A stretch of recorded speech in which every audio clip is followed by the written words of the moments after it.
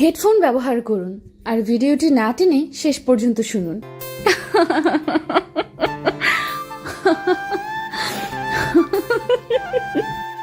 এই যে সুন্দরী, একা দাঁড়িয়ে আছো কেন? আমার জন্য নাকি? হোয়াট? বিশ্বাস করো সুন্দরী, তোমার রাঙা চোখের মায়ায় পড়ে গেছি, তোমার মায়াবী চেহারার প্রেমে পড়ে গেছি। আপনি কি পাগল? ছিলাম না সুন্দরী, এইমাত্র হলাম তোমাকে দেখার পর।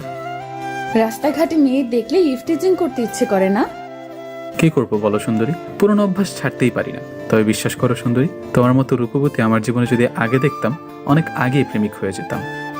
প্রেমিক হয়ে যেতেন? সত্যি প্রেমিক হয়ে যেতাম। তো এর আগে কতজনকে দেখে আপনার প্রেমিক হওয়ার ইচ্ছে জেগেছে বলবেন প্লিজ? বিশ্বাস করো সুন্দরী, এর আগে এমন কাউকে দেখে প্রেমিক হতে ইচ্ছা করেনি। মেয়েটি আগ্রহের সাথে কথা বলছে, পতে গেছে মনে হচ্ছে। তাই বুঝি? বিশ্বাস করো, তোমাকে দেখে আমার বুকের মধ্যে হার্টবিট বেড়ে গিয়েছে। হারামি, তোর ঢপ বন্ধ করবি? চল, দেরি হয়ে যাচ্ছে। আমি পিছনে ফিরে শামীমের দিকে রাগী চোখে তাকালাম। আমি আবার মেয়েটির দিকে তাকিয়ে দেখি মেয়েটি মিটমিট করে হাসছে। আসলে বন্ধু তো দুষ্টামি করে, বোঝনি তো। খুবই ভালো মতো বুঝেছি। তবে বিশ্বাস করো, তোমাকে দেখার পর আমার কেন যেন আজ প্রেমিক হতে ইচ্ছা করছে। তাই প্রেমিক হবেন? আচ্ছা বলুন তো, প্রেমিক বলতে আপনি কি বোঝেন? প্রেমিক বলতে কি বুঝি? বলুন। না মানে, বিষয়টা ভাবুক বিষয়, তবে আমার কাছে খুবই ইজি। আমার ভালোবাসা সম্পর্কে অনেক ভালো জ্ঞান আছে। ও মা, তাই? তাহলে বলুন, প্রেমিক প্রেমিকা বলতে আপনি কি বোঝেন? প্রেমিক হলো ছেলেরা, এদের কাজ সুন্দরী মেয়ে পটানো, না পটলে পিছনে লেগে থাকা।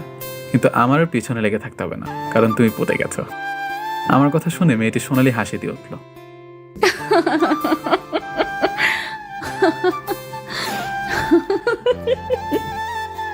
আহ, কি হলো কি হলো?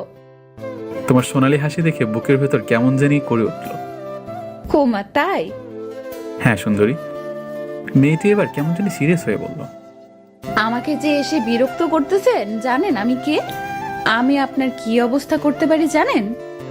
আমার কাছে আপনি হলেন আমার প্রেমিকা, যার প্রেমে একটু আগেই পড়েছি আমি। এর থেকে আর কি চিনবো বলো সুন্দরী? মেয়েটি হঠাৎ তার ব্যাগ থেকে পিস্তল বের করে বলল, এটা কি জানেন? ওমা! আমি অবাক চোখে পিস্তলের দিকে তাকিয়ে থাকলাম। কি ব্যাপার?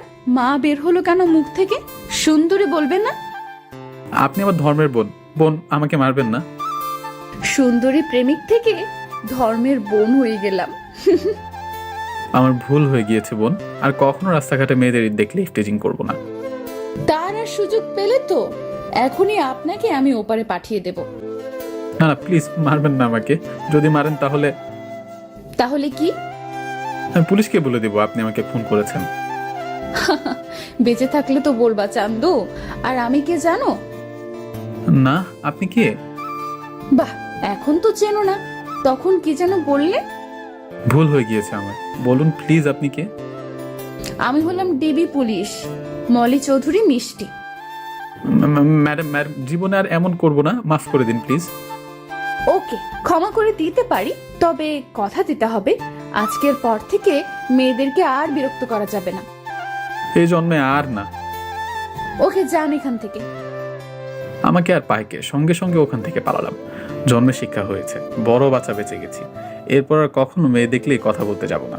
এসব বলতে বলতে আমি চলে আসলাম, কিন্তু আমি চলে আসার পর মেয়েটি, হাইরে পিস্তল, নকল আর আসল দেখতে দুটোই এক। শতবার আমাকে সেভ করলি টিজার। মেয়েটি পিস্তলের দিকে তাকিয়ে এসব বলছিল, মানে পিস্তলটি নকল ছিল। পুরো বলদা হয়ে গেলাম। চাকরি ইন্টারভিউ দিতে বের হয়েছিলাম, রাস্তায় সুন্দরী মেয়েটিকে দেখে কথা বলতে গেলাম। কি হলো তারপর তো সবই দেখলেন। চাকরি চাকরি চাকরি, ভাইরে ভাই, বর্তমান বাংলাদেশে চাকরি খোঁজা মানে প্রশান্ত মহাসাগরে গহীন সোনা খোঁজার মতো। তাই আমি 2 বছর আগে মাস্টার্স পাস করে হাতে সার্টিফিকেট নিয়ে চাকরি খুঁজছি। কিছুদিন আগে একটি চাকরি পরীক্ষা দিয়ে ভাইবা পরীক্ষার জন্য ডাক পেয়েছি। এই নিয়ে কতবার যে ভাইবা পরীক্ষার জন্য ডাক পেয়েছি তা হিসাব করে শেষ করা যাবে না। মানে ভাই, সববারই ভাইবা পরীক্ষায় গিয়ে ফেল করে যাই। ওই একটাই কারণ, ওটি দাও আর চাকরি নাও। পুরো কপাল, ওটি নেই, তাই আমার কপালে চাকরিও নেই। কিন্তু নিরাশার মধ্যেও কিছু আশার আলো দেখার জন্য এখনো চাতক পাখির মতো চাকরি খুঁজে যাচ্ছি। রোজকার মতো আজও ভাইবা দিবার জন্য বের হলাম রুম থেকে। চাকরি হবে না জেনেও একটু আশার আলোর জন্য যাচ্ছি। বাড়ি আমার গ্রামে, ঢাকা এসেছি চাকরি খুঁজে। থাকি মামার বাসায়, মামার টাকাতেই চলছি ঢাকা শহরে। আমি একা চাকরি খুঁজছি না, সাথে বন্ধু শামীমও আছে। দুজনই মামার বাসায় থাকি। যাই হোক, আমি আর ইয়াসিন ভাইবা দেবার জন্য অফিসে গেলাম। প্রথমে ইয়াসিন গেল, তারপর আমি গেলাম। তারা বলল আপনারা যান, আমরা জানাবো। আমাদের বোঝা হয়ে গেল তারা জানাবে আমাদের মরার পর। আমরা অফিস থেকে বের হয়ে আসলাম। বন্ধু, চাকরি তো হবে না। তা শিওর হবে না। চল সিঙ্গারা পুরি খেয়ে বাসার দিকে যাই। চল। আমার ফোনে গ্রাম থেকে ফোন আসলো, মা কল দিয়েছে। শামীম তুই যা, আমি আসছি। ওকে। শামীম যাবার পর আমি কলটা ধরলাম। হ্যালো মা। হ্যালো বাবা, কেমন আছিস তুই? মা ভালো, তোমরা কেমন আছো? বাবা ভালো। মা খাবার খাইছো? বাবা খেয়েছিস তুই? মা খাইছি। তো বাবা, তোর চাকরির কি হলো? না মা, হয় নাই। বাবা, তোর বাবা আর পারছে না, তুই কিছু কর বাবা। চাকরি হবে না জেনেও একটু সান্ত্বনার জন্য মাকে বললাম, বাবা দেখবে খুব শীঘ্রই আমার চাকরি হবে। কিছু একটা কর বাবা, তোকে এত দূর অনেক কষ্ট করে তোর বাবা পড়িয়েছে, কিন্তু তোর বাবা আর পেরে ওঠে না বাবা। তুমি চিন্তা করো না মা। বাবা সাবধানে থাকিস, আজ রাখছি। আচ্ছা মা। মা ফোন রাখার পর কি করব বুঝতে পারছি না, কারণ মা চায় চাকরি, কিন্তু মা তো জানে না বর্তমানে টাকা ছাড়া চাকরি হয় না। মেধার কোনো দাম নেই বর্তমান যুগে। চাকরি আমাদের মতো গরিব ঘরের ছেলেদের জন্য না। যাই হোক, সবকিছু মনে চেপে রেখে শামীমের সাথে ফুটপাত দিয়ে হেঁটে হেঁটে বাসার দিকে যেতে লাগলাম। মনে একটাই চিন্তা, চাকরি করতে হবে, কিন্তু কোথায় পাবো চাকরি? চাকরি নামের বস্তুটা কি আমাদের মতো গরিব ঘরের ছেলেদের হাতে ধরা দিবে? যাই হোক, হাঁটতে আর ভালো লাগছিল না, তাই শামীমকে বললাম, বন্ধু এবার একটা রিক্সা ডাক দে, আর হাঁটতে ভালো লাগছে না। আচ্ছা। ইয়াসিন একটি রিক্সা নিল। দুজনে রিক্সা নিয়ে যাচ্ছিলাম, কিন্তু হঠাৎ খুব দ্রুত একটি প্রাইভেট কার আমাদের রিক্সাকে পাশ থেকে ধাক্কা মারে। আমাদের রিক্সাটা উল্টিয়ে যায়। প্রাইভেট কার ধাক্কা মেরে দ্রুত বের হয়ে যায়, আর আমাদের রিক্সা রাস্তায় উল্টে পড়ে যায়। আমাদের তেমন কোনো ক্ষতি হয়নি, এই হাত পা ছুলে গেছে, কিন্তু আমার বাম হাতে একটু ক্ষত হয়ে ব্লাড পড়ছিল তখন, তাই হাসপাতালে যেতে হলো। হাসপাতালে আমরা ইমার্জেন্সিতে গেলাম, একটি ব্যান্ডেজ করলেই হবে। আমাদেরকে বসতে বললো। তারপর দুজন নার্স আসলো, কিন্তু নার্সগুলোকে দেখে আমরা দুজনই হা করে তাকিয়ে আছি। নার্সের দুজনের মধ্যে একজন সকালের মেয়েটি ছিল, মানে ডিবি পুলিশ। ওই মেয়েটি আমাকে এসে বলল, দেখি কোথায় কাটছে আপনার। আমি তো রাগী চোখে মেয়ের দিকে তাকিয়ে আছি। কি ধাপ্পা বাজছে বাবা, আমাকে পুরো পাগল সাজিয়ে দিয়েছে। তারপর যখন মেয়েটি আমার দিকে তাকালো, আপনি? ডিবি পুলিশ ম্যাডাম, আমি। মেয়েটির সাথে অন্য নার্সটি বলল, কে রে, তোরে ডিপি পুলিশ বলে কেন? চুপ থাক, তোকে সব পরে বলবো। এই বলে মেয়েটি কেটে পড়ছিল। তখন আমি বললাম, এই যে কোথায় যাচ্ছেন ব্যান্ডেজ না করে? এই তো করছি। তারপর মেয়েটি আমার সামনে এসে আমার বাম হাত দেখতে লাগলো। আমি চুপ করেই ছিলাম। মেয়েটি যথেষ্ট সুন্দরী, তার সৌন্দর্যে মুগ্ধ হয়ে তাকে দেখছি। আমি তখন চুপে চুপে বলে উঠলাম, কি অপরূপ সৌন্দর্য তোমার, তোমার সৌন্দর্যে আমার রাগ মাটি হয়ে গিয়েছে। কথাটি শুনে মেয়েটি আমার দিকে তাকিয়ে রাগী কণ্ঠে চাপা গলায় বলল, এরকম ফালতু লোকের সাথে এরকম দুর্ঘটনা হওয়াই উচিত। রাগলেও কত সুন্দর লাগে দেখতে, ইস। আপনাকে তো আমি। এই বলে মেয়েটি অনেকটা ডেটল তুলায় জমিয়ে আমার কাটা স্থানে চেপে ধরল। উফ, পুড়ছে। ইচ্ছে করে এমনটা করলো নার্স। পুড়ছে আমার, কিন্তু সে ছাড়ছে না। রাগী চোখে তাকিয়ে আছে আর বলল, দেখো কেমন মজাটা। পুড়ছে, ছাড়ুন প্লিজ। নার্সের সাথে ফাজলামি করার মজাটা দেখুন এবার। উফ, ছাড়ুন প্লিজ। চিল্লান কেন? কাটা জায়গায় স্যাভলন না লাগালে হবে না তো? আপনি তো ইচ্ছে করে আমাকে কষ্ট দিচ্ছেন। কে শোনে কার কথা? নার্স আমার কথা না শুনে আমার কাটা স্থানে কষ্ট দিচ্ছিল। অবশেষে যখন ছাড়লো, বাঁচলাম। আমাকে ছাড়ার পরে মেয়েটি আমার সামনে ঝুঁকে বলল, এরপর যদি আর কখনো আমার আশেপাশে দেখি তাহলে এর থেকে বড় কষ্ট দেব। মেয়েটির আঙুল নাড়ালো। মাথার চুলগুলো আমার সামনে লাফালাফি করছিল। সবকিছু মিলে অসম্ভব সুন্দর একটি মুহূর্ত তৈরি হয়ে গিয়েছিল আমার জন্য। তোমার সৌন্দর্য এক নজর দেখার জন্য তোমার পক্ষ থেকে আসা সব কষ্টই আমি সহ্য করে নিতে পারবো সুন্দরী। বিরক্ত হয়ে মেয়েটি আমার হাতে ব্যান্ডেজ করতে লাগলো। আমি মিষ্টির দিকে তাকিয়ে বললাম, একবার এই চোখের দিকে তাকাও সুন্দরী। কোনো কথা না বলে রাগী ভাব নিয়ে কাজ করতে লাগলো। সুন্দরী, তোমার নামটা কি জানো? মনে পড়ছে না। মিষ্টি চুপ করে আছে। আমি বললাম, ও হ্যাঁ মনে পড়েছে, মিষ্টি চৌধুরী। চুপ করবেন আপনি? ওকে চুপ। তারপর মিষ্টি মেয়েটি রাগী ভাব নিয়ে আমার হাতে ব্যান্ডেজ করলো। ব্যান্ডেজ করা শেষে চলে যাচ্ছিল। তখন আমি বললাম, আয় সুন্দরী শুনুন। কি আবার? না মানে কখন কিভাবে ওষুধ খাবো আর ব্যান্ডেজটা কবে খুলবো এগুলো জানার জন্য যদি তোমার নাম্বারটা দিতে। ও হ্যালো, আপনার হাত ভাঙেনি আর অনেক বড় ক্ষতি হয়নি যে ওষুধ খেতে হবে, মানে নাম্বার নিবার ধান্দা নাকি? তাহলে কবে ব্যান্ডেজ খুলতে আপনার কাছে আসবো সেটি তো বলবেন। এই দেখুন, বেশি বাড়াবাড়ি করতেছেন কিন্তু। এই ব্যান্ডেজের জন্য আবার আসবেন মানে? আরে তা না, আমার মা বলেছে কোনো কিছুকে ছোট করে দেখা উচিত না। আপনি আসলেই বেয়াদব। এই বলে মিষ্টি রাগী ভাব নিয়ে চলে যাচ্ছিল। আমি বললাম, আমি কিন্তু আসবো ব্যান্ডেজ খোলার জন্য। এই বলে আমি হাসতে লাগলাম। তোর কি সব জায়গায় লুচ্চামি করতে হবে?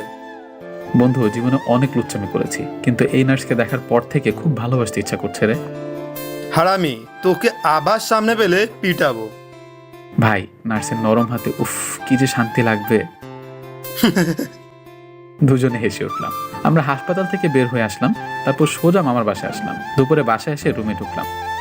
কিরে, চাকরির কি খবর? জানি না মামা, ভাইবা তো দিয়ে আসলাম, চাকরি হবে নাকি জানি না। দ্রুত কিছু একটা কর ভাগ্নে। তোর মা ফোন দিছিল, তাদের অবস্থা খারাপ, তোর বাবা অসুস্থ, তোকে এখন সংসারের হাল ধরতে হবে। মামা। মন খারাপ করিস না মামা, জানিস চাকরি এত সহজ বিষয় না, চিন্তা করিস না, কোনো না কোনো ব্যবস্থা করে দিবে। মামা। যাও, দুজনে ফ্রেশ হয়ে খাবার খেয়ে নাও। আচ্ছা মামা। তারপর দুজনে ফ্রেশ হয়ে খাবার খেয়ে একটা ঘুম দিলাম। ঘুম থেকে উঠে বিকালের টাইমে একটু ঘোরাঘুরি করলাম, কিন্তু সন্ধ্যার পর তখন দেখলাম আমাদের দিকে একটি রিক্সা আসছিল। রিক্সায় ছিল হাসপাতালের নার্সটি। বন্ধু দেখ, সেই মেয়েটি। হ্যাঁ, কিন্তু এদিকে কেন? হয়তো এদিকেই থাকে। হতে পারে। মেয়েটিও আমাদেরকে দেখেছে, কিন্তু কেন জানি অবাক চোখে আমাদের দিকে তাকিয়ে আছে। রিক্সাটা আমাদেরকে ওভারটেক করে চলে গেল, কিন্তু রিক্সাটা আমাদের গলির সামনে গিয়ে দাঁড়ালো, তাই আমরাও দাঁড়ালাম। কিরে, দাঁড়ালি কেন? দেখ, নার্সের রিক্সাটা আমাদের গলির সামনে দাঁড়িয়ে আছে, চল যাই একটু কথা বলি। হারামি, তাও তোর লুচ্চামি করতে হবে? আরে তা না, দেখবো মেয়েটির বাসা কোথায়। আমি শামীমকে জোর করে টানতে টানতে রিক্সার কাছে নিয়ে গেলাম। রিক্সার কাছে যেতেই মিষ্টি মেয়েটির আর রিক্সাওয়ালার কথাবার্তা শুনতে পেলাম। না আপা, টাকা না দিয়ে আপনি যেতে পারেন না। বোঝার চেষ্টা করুন প্লিজ, আমি ভুলে আমার পার্সটি হাসপাতালে রেখে আসছি। আপনি একটু অপেক্ষা করুন, আমি বাসা থেকে টাকা এনে দিচ্ছি। না আপা, আপনি টাকা দেন আমার। আমরা তখন ওখানে গিয়ে বললাম, কি ব্যাপার মামা, কি হয়েছে? দেখুন মামা, ভাড়া দিচ্ছে না, বলতেছি অপেক্ষা করতে, বাসা থেকে এনে দিবে। মেয়েটি আমাদের দেখে লজ্জায় মাথা নিচু করে ফেললো। হয়তো ভাড়া দিতে পারছে না বলে লজ্জা পাচ্ছে। উনি ওনার টাকা ব্যাগে ভুলে হসপিটালে রেখে এসেছে। শোনো মামা, উনি একটা মেয়ে, তাও রাত, হয়তো উনি ভুলে তার পার্সটা রেখে আসছে, তাই বলে তুমি ওনাকে যেতে দিবে না? উনি তো বলেছে বাসা থেকে এনে দিবে।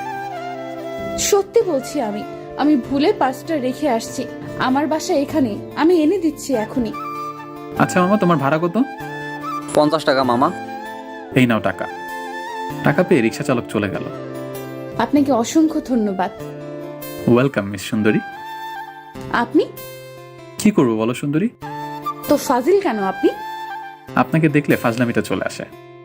ধুর। আচ্ছা শোনেন, হেল্পের জন্য ধন্যবাদ, টাকাটা আমি আপনাকে পরে দিয়ে দেব। টাকা লাগবে না, তবে যদি আপনি প্রতিদিন 1 টাকা করে 50 দিনে 50 টাকা শোধ করেন তাহলে আমি নিব।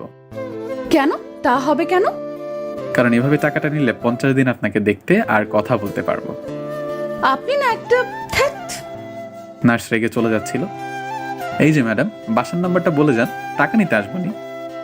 জি না, কোনো দরকার নেই, আমি নিজ দায়িত্বে আপনাকে খুঁজে টাকাটা দিয়ে আসবো। উফ, তোমার মতো সুন্দরী মেয়ে আমাকে খুঁজবে, ভাবতে অদ্ভুত একটা অনুভব পাচ্ছি। আজও মেয়েটি দ্রুত চলে গেল। মেয়েটি চলে যাওয়ার পর খাবার খেয়ে গ্রামে বাবা মার সাথে কথা বললাম। কথা বলা শেষে কি করব, ঘুম আসবে না, তাই রোজকার মতো আজকেও পার্সোনাল ডায়েরিটা হাতে নিলাম। কলম ডায়েরি নিয়ে ছাদে চলে আসলাম। প্রতিদিন ছাদে এসে আমার ডায়েরিতে কবিতা লিখি। ছন্দের তালে ভালোবাসার কবিতা লিখতে ভালো লাগে, কিন্তু ছাদে আসার পর আজ কেন যেন কবিতা লিখতে ভালো লাগছিল না। আজ মনটা কেন জানি সেই নার্সকে নিয়ে লিখতে বলছে। তাই আজ সারাদিন যা ঘটলো মেয়েটির সাথে সেগুলোই লিখতে লাগলাম ছাদে, গুটি গুটি হাঁটি হাঁটি করে। কিন্তু মেয়েটিকে নিয়ে লেখার সময় আমার নিজের লেখা কিছু কথা মনে পড়ে গেল, যাহা আমার ডায়েরিতে লেখা রয়েছে। আমি মরিয়া হয়ে সেই পেজটার সন্ধান করতে লাগলাম। কিছুক্ষণ খোঁজার পর পেয়েও গেলাম। কবিতাটি দেখার পর আজ কেন জানি পড়তে খুব ইচ্ছা করছিল, তাই আমি মৃদু কণ্ঠে কবিতা পড়তে লাগলাম। একদা দেখেছি তোমায় এক প্রভাতে, আবার যখন দেখা হবে খানিক যদি থমকে যাই, বেলি ফুলের গন্ধে কোথাও একটুখানি চমকে যাই, তাকিও তখন চোখ, হাসি মুখে বুকের ভেতর কে কেঁপে যায় শোকে। আমার পড়াটা শেষ হওয়া মাত্রই পিছন থেকে একটি কণ্ঠ ভেসে আসলো। বাহ, চমৎকার। আমি পিছন ফিরে তাকিয়ে যা দেখলাম, দেখার সঙ্গে সঙ্গে মাথা ঘুরে অজ্ঞান হয়ে পড়ে গেলাম। যখন আমার জ্ঞান ফিরলো, আমি চোখ খুলে দেখি আপনি ঠিক আছেন তো? আমি মিষ্টির কোলে মাথা রেখে শুয়ে আছি। কিন্তু মিষ্টি এখানে আসলো কোথা থেকে? আমি জিজ্ঞাসা করলাম, আপনি এখানে? আগে বলুন, আপনি এখানে অজ্ঞান হয়ে পড়েছিলেন কেন? আপনি কি পড়ি? পরি মানে? মানে আমি ছাদে ঘোরাঘুরি করছিলাম, হঠাৎ পিছনে কারো কণ্ঠ শুনে তাকিয়ে দেখি সাদা পাখনা যুক্ত একটি মেয়ে দাঁড়িয়ে আছে। তারপর আমার আর কিছু মনে নেই। মানে আপনি পরি দেখে অজ্ঞান হয়েছেন? হ্যাঁ। কিন্তু পরি দেখে অজ্ঞান হবার কি আছে? আরে আপনি জানেন না, পরীরা অনেক শক্তিশালী হয়, যদি আমার কোনো ক্ষতি করতো তাই ভয় পেয়েছি। কই, কোনো ক্ষতি তো আপনাকে করেনি, মনে হয় ভালো পরি। হতে পারে। তাই পরি দেখে ভয় পাবেন? পরিরা ভালো হয়। আপনি জানেন কিভাবে পরীরা ভালো হয়? আর আপনি এখানে আসলেন কিভাবে? আমি পরিদের সম্পর্কে সব জানি, কারণ আমি ওই নার্স না। মানে কি? শান্ত হন, শুনুন, আমি এই পথ দিয়ে যাচ্ছিলাম, কিন্তু আপনার চমৎকার ছন্দের তালে ভালোবাসার বাক্যগুলো থামতে হলো। তারপর যখন আপনার সাথে কথা বলার জন্য আসলাম, কিন্তু আপনি তো আমাকে দেখেই অজ্ঞান হয়ে পড়ে গেলেন। এখান দিয়ে যাচ্ছিলেন মানে? প্লিজ ভয় পাবেন না, আমি মিষ্টি না। মানে আপনি যেই নার্সকে ভালোবাসেন সেই মেয়ে আমি না। আমি হলাম ভিন গ্রহের প্রাণী, মানে আপনারা যাকে বলেন পরি। আপনি মজা করছেন? না, মজা করতেইছি না। আমি প্রথমে আমার রূপে আপনার সামনে আসলাম, কিন্তু আপনি অজ্ঞান হয়ে গেলেন। তাই আপনি যাকে নিয়ে লেখালেখি করতেছিলেন তার রূপ ধারণ করে আসলাম, যাতে আপনি ভয় না পান। মানে আপনি পড়ি? আমি ভয় ভয়ে পিছু যেতে লাগলাম। আরে আবার ভয় পাচ্ছেন কেন? আমি আপনার কোনো ক্ষতি করব না, ভয় পাবেন না প্লিজ। আমি বিশ্বাস করি না আপনি পড়ি। আচ্ছা, কি করলে বিশ্বাস করবেন? আপনি পড়ি হন, তারপর বিশ্বাস করব। আচ্ছা হচ্ছি, কিন্তু আপনি আবার অজ্ঞান হবেন না তো? না না, হব না, আপনি পড়ি হন। ওকে, হচ্ছি। মেয়েটি এ বলার সাথে সাথে মেয়েটি তার কপালে তার ডান হাত রাখলো, আর সঙ্গে সঙ্গে একটি আলোর বিকিরণ বয়ে গেল আমার সামনে। আলোর বিকিরণ শেষ হবার পর আমি স্পষ্ট দেখতে পেলাম আমার সামনে দুইটি ডানা নিয়ে দাঁড়িয়ে আছে একটি পরী। মেয়েটির ডানার মতোই মেয়েটির হাত পা দুধের মতো সাদা। মেয়েটির মাথায় একটি জ্বলন্ত আলো জল করছে। এগুলো দেখে আমার মাথা ভো ভো করে ঘুরতে লাগলো। এখন বিশ্বাস করলেন তো? এ এক অদ্ভুত চিকন কণ্ঠ, যা বারবার শুনতে ইচ্ছা করে। আমি এখন ভয় আর দাঁড়িয়ে থাকতে না পেরে আমি প্রচন্ড জোরে এক চিৎকার দিয়ে অবাক হয়ে অজ্ঞান হয়ে পড়ে গেলাম। মামা গো! আমার চিৎকার শুনে মামা, শামীম, বাড়িওয়ালা সহ সকলেই ছাদে আসতে লাগলো। আর পরীটা আমাকে আবার অজ্ঞান হয়ে দেখে সেখানে আর না থেকে সে চলে গেল। এদিকে আমার চিৎকার শুনে সকলে ছাদে এসে দেখে আমি অজ্ঞান হয়ে পড়ে আছি। কি হয়েছে তোর? মনে হয় অজ্ঞান হয়ে পড়ে গেছে, মুখে পানি ছিটাও। শামিম, পানি নিয়ে আয়। তারপর আমার মুখে পানি মারার পর আমার জ্ঞান ফেরে। কি মামা, কি হয়েছে? অজ্ঞান হয়েছিলে কিভাবে? আমি চোখটা মেলে ছাদের দরজার দিকে তাকালাম। ছাদের দরজার কাছে আমি সেই নার্সকে আবার দেখতে পেয়ে আমার চোখ বড় বড় করে ফেললাম। নার্সটিও আমার দিকে কেমন করে যেন তাকালো। আমি আমার আঙুল দরজার কাছে দাঁড়িয়ে থাকা নার্সের দিকে দিয়ে বললাম, মামা পড়ি।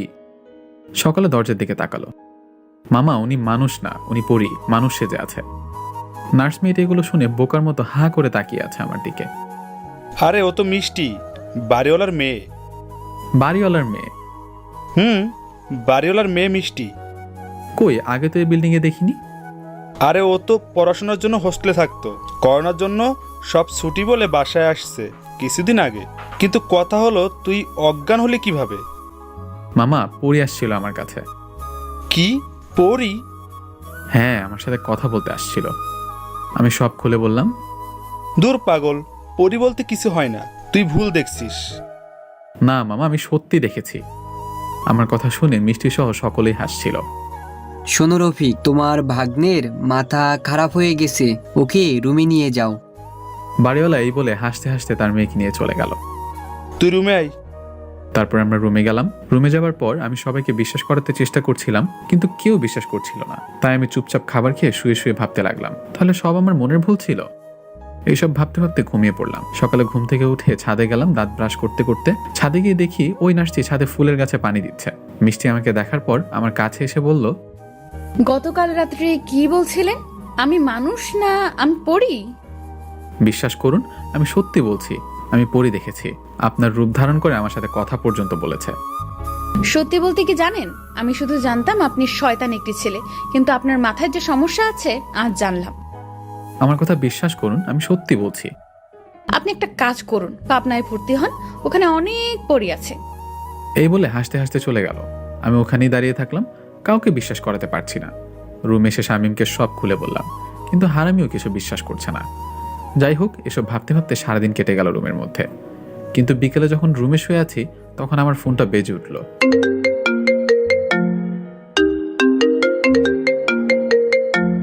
কলটা রিসিভ করলাম। হ্যালো, আসসালামু আলাইকুম। ওয়ালাইকুম আসসালাম। আপনি কি মিস্টার শুভ বলতেছেন? জি, আপনি কে? আমি মুসাফির। আপনি যে অফিসে গত পরশু ভাইবা দিয়ে আসলেন, সেই অফিসের কর্মকর্তা। তার মানে কি আমার চাকরিটা হয়ে গেল? জি স্যার, বলুন। আপনার চাকরিটা হয়ে গিয়েছে, আপনাকে অভিনন্দন। আমি খুশিতে দিশেহারা হয়ে, স্যার সত্যি বলছেন স্যার? জি সত্যি।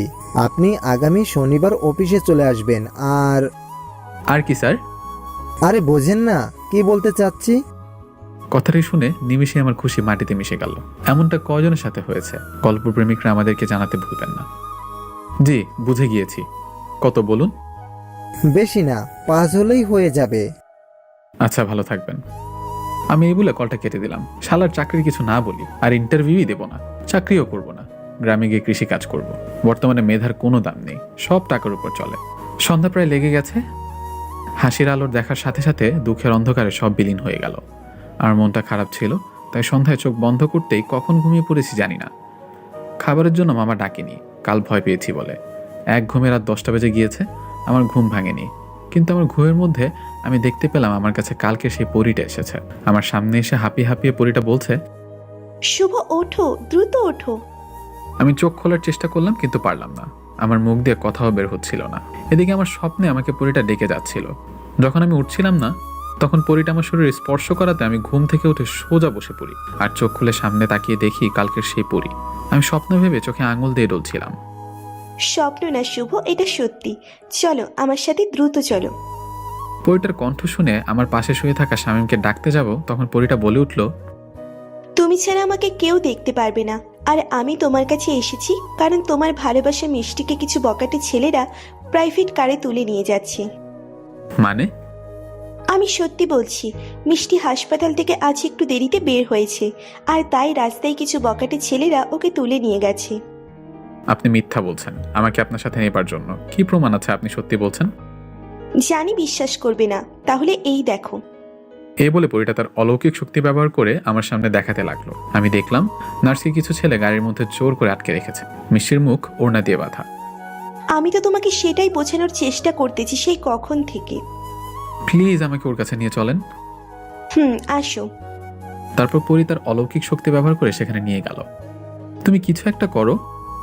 যদি আমি কিছু করতে পারতাম তাহলে কি তোমাকে ডাকতাম না? মানে? মানে মানব জাতির উপর আমাদের শক্তি ব্যবহার করা বারণ। যদি করি তাহলে? পরীটা থেমে গেল। তাহলে কি? যদি আমি আমার শক্তি তোমাদের উপর ব্যবহার করি তাহলে আমি সঙ্গে সঙ্গে আমার সব শক্তি হারিয়ে ফেলবো। আমি তোমাদের মতো সাধারণ মানুষ হয়ে যাব। কিন্তু এখন কিভাবে গাড়ি থামাবো? দেখো, ওরা গাড়ির মধ্যে মিষ্টির সাথে নোংরামি করার চেষ্টা করছে। আমি শুধু গাড়িটা থামিয়ে দিতে পারি, এর বেশি কিচ্ছু করতে পারবো না। বাকিটা তোমাকে করতে হবে। তাহলে দ্রুত গাড়িটা থামাও প্লিজ, আর আমার হাতে একটি মোটা লাঠি এনে দাও। আচ্ছা। তারপর পরীটা আমাকে একটি লাঠি দিল, আর তার শক্তি ব্যবহার করে গাড়িটা থামিয়ে দিল। গাড়ি একা একাই বন্ধ হয়ে গেল, আর আমাকে গাড়ির সামনে নিয়ে দাঁড় করালো। গাড়িটা বন্ধ হলে গাড়ির মধ্যে থাকা 4টি লোক গাড়ির সামনে আমাকে দেখে তারা মিষ্টিকে গাড়ির মধ্যে রেখে গাড়ি থেকে বের হলো। আমার হাতে লাঠি দেখে তারা খালি হাতে বের হলো না, তাই আমি তাদের সুযোগ দেবার আগে আমি দ্রুত একজনকে মাথায় বাড়ি দিয়ে মাটিতে শুইয়ে দিলাম। তারপর ওপাশ থেকে বাকি দুজন আসার আগেই এই পাশে থাকা আরেকজনকে মাথায় বাড়ি দিয়ে শুইয়ে দিলাম। আর এইদিকে ওই দুজনের মধ্যে একজন পিছন থেকে এসে সোজা আমার মাথায় বাড়ি দিল। সঙ্গে সঙ্গে আমার মাথা ফেটে রক্ত পড়তে লাগলো, কিন্তু আমি মাটিতে পড়ে না গিয়ে শরীরের সর্বশক্তি দিয়ে লোকটির মাথায় বাড়ি দিয়ে মাথা ফাটিয়ে দিলাম। আর আরেকজন তখন এই সুযোগে আমার বাম হাতে একটি বাড়ি দিল। বাড়ি দেওয়ার সাথে সাথে লোকটির হাতের লাঠি ভেঙে 2 ভাগ হয়ে গেল। বাড়ি দেওয়ার পর আমি আমার বাম হাতে কোনো বল পাচ্ছিলাম না, হয়তো বাম হাত ভেঙে গিয়েছে। আমি আমার পাটা ব্যবহার করে শেষ লোকটির মিডলে লাথি দিলাম, আর ডান হাতের লাঠিটা দিয়ে মাথায় বাড়ি দিলাম কয়েকটা। সবগুলো মাটিতে গড়াগড়ি খাচ্ছে আর আমি মাতালের মতো এদিক থেকে ওদিক যাচ্ছি। মাথা থেকে অনবরত রক্ত পড়ছে, মাথাটা ঝিম ধরে আছে, সবকিছু ঘুরছিল। লোকগুলোকে মাটিতে পড়ে থাকা অবস্থা আমি আরো পেটাতে থাকলাম। সবগুলোকে যখন মাটিতে লেপে দিয়েছি তখন আমি গাড়ির দরজাটা খুললাম। দরজাটা খুলে আমি ঝাপসা চোখে দেখতে পেলাম মিষ্টি মানে সুন্দরী নার্স অবাক চোখে আমার দিকে তাকিয়ে আছে। আমি মিষ্টিকে গাড়ি থেকে নামালাম। আমি দাঁড়িয়ে থাকতে পারছিলাম না, কারণ প্রচুর রক্ত পড়ছিল, আমার শরীর ঝিম ধরে আসছিল। আমি মাটিতে পড়ে যাওয়ার আগে মিষ্টিকে বাঁধন মুক্ত করলাম। তারপর আমার আর কিছু মনে নেই। তারপর যখন আমার জ্ঞান ফিরল তখন আমি নিজেকে হাসপাতালের বেডে আবিষ্কার করলাম। আমার পাশে বসেছিল সেই নার্স মানে মিষ্টি। আপনি? আমার মাথায় ব্যান্ডেজ, হাতে ব্যান্ডেজ, বাম হাত কেসে। আপনার জ্ঞান ফিরেছে? আমি আস্তে করে বললাম, হ্যাঁ। আমার জ্ঞান ফেরার কথা শুনে মামা, ইয়াসিন, মিষ্টির বাবা মা ভিতরে আসলো। মামা কেমন লাগতেছে এখন? মামা ভালো।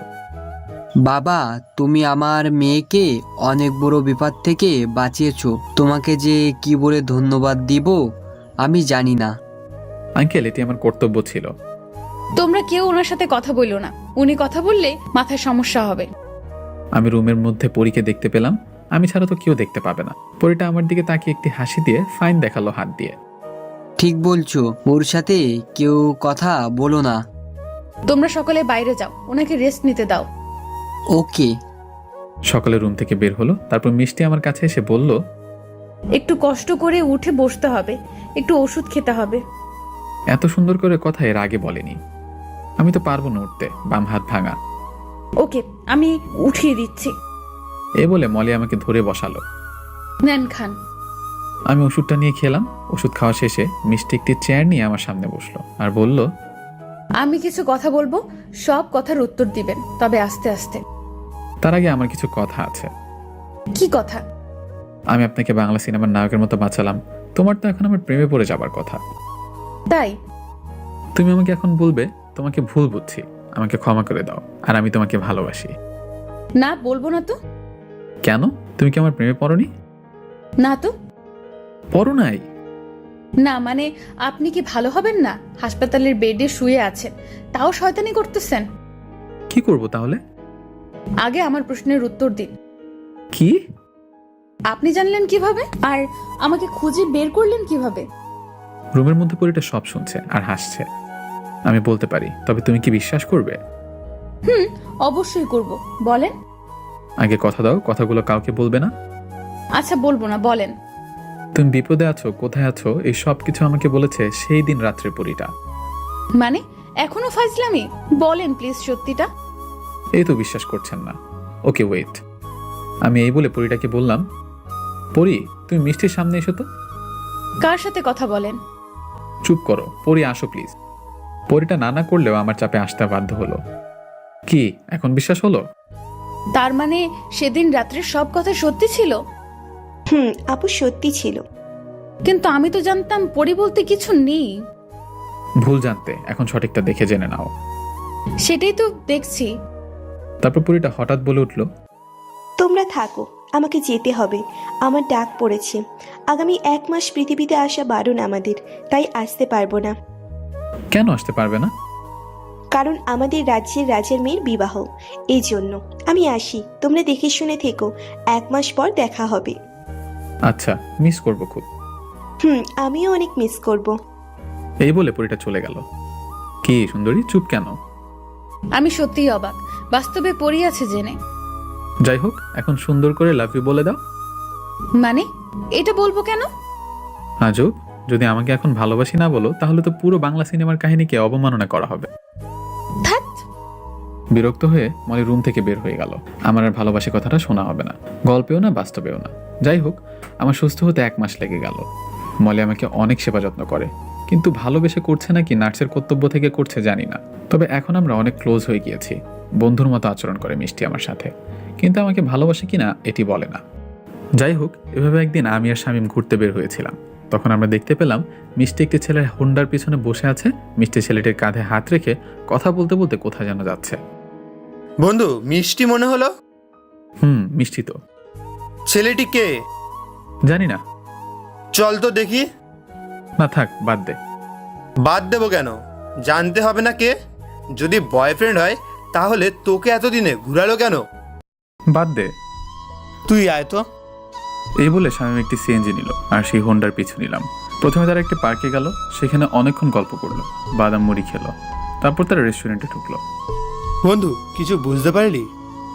বন্ধু, আমরা অনেক সময় চোখে যা দেখি আর মনে যা ভাবি সেটা সত্য নাও হতে পারে। আমি বুঝলাম না তুই এখনো শান্ত আছিস কিভাবে। আমার তো রাগে গা জ্বালা দিচ্ছে। শোন বন্ধু, এখানে রাগার মতো কিছু নেই। তুই ভেবে দেখ, মিষ্টি কিন্তু এখন আমাকে বলেনি সে আমাকে ভালোবাসে। আমাদের মধ্যে তেমন কিছুই হয়নি। এখন যদি আমরা জানতে পারি মিষ্টির বয়ফ্রেন্ড আছে, তাহলে আমরা মিষ্টির খারাপ মেয়ে বলতে পারবো না, কারণ সে আমাকে বলেনি যে সে আমাকে ভালোবাসে। তা ঠিক, কিন্তু তোকে যে ভালোবাসতে পারবে না বা ওর বয়ফ্রেন্ড আছে এগুলো তো কিছুই বলেনি। আচ্ছা বাদ দে তো। আমার বুকের ভেতর কেমন যেন করছিল, খুব কষ্ট হচ্ছিল মিষ্টিকে অন্য ছেলের সাথে দেখে। চল আমরা কথা বলি ওদের কাছে গিয়ে। পাগল হয়েছিস তুই? চল বাসায় চল। আমি এই বলে শামীমকে নিয়ে বাসায় চলে আসলাম। বাসায় আসার পর আমি ছাদে গিয়ে দাঁড়িয়েছিলাম মন খারাপ করে। পরীকে আজ অনেক মিস করছিলাম।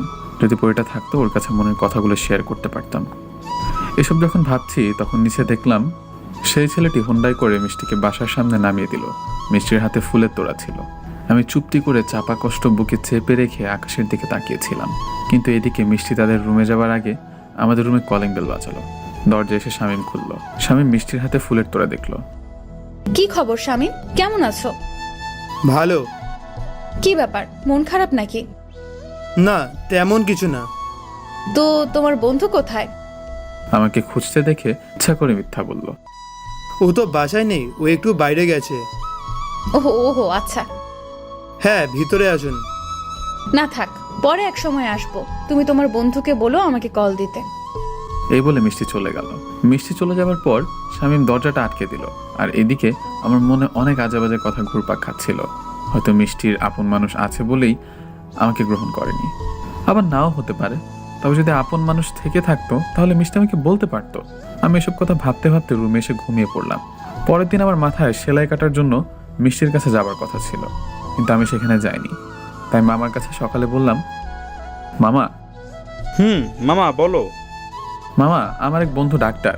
গতকাল রাত্রে সেই বন্ধুর সাথে আমার বিষয় নিয়ে কথা হয়েছে। ও বলল আমার কাছে আয়, আমি সেলাই খুলে দিব। ভালো কথা, যাবি? আচ্ছা, মিষ্টি যদি ফোন করে বলে দিও। আচ্ছা, তবে একটি কথা। কি মামা? তোর মামি আর তোর বোন আসতেছে গ্রাম থেকে? হ্যাঁ, ওদেরকে নিয়ে এখন ঢাকায় সেটেল হয়ে যাব। এ তো খুব ভালো। হ্যাঁ, আমি আসি আজ। এই বলে মামা তার কাজে চলে গেল। মামা যাবার পর, ওই তোর কোনো বন্ধু ডাক্তার? কেউ না। তাহলে মামাকে মিথ্যে বললি কেন? আমি মিষ্টির সামনে যেতে চাচ্ছি না। ও, এই ব্যাপার। হ্যাঁ। তাহলে কার কাছ থেকে সেলাই খুলবি? কেন, ঢাকায় কি ক্লিনিকের অভাব আছে নাকি? চল এখনই যাব। ওকে, চল। তারপর আমরা বের হলাম সেলাই খোলার জন্য। এদিকে মিষ্টি হাসপাতাল আমার জন্য ওয়েট করছিল। আমাকে না আসতে দেখে মিষ্টি আমাকে কল দিল।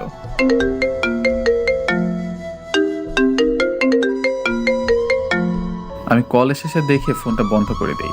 তারপর অনেকক্ষণ মিষ্টি আমাকে ফোন দিতে ট্রাই করলো, কিন্তু না পেয়ে মিষ্টি মামাকে কল দিল।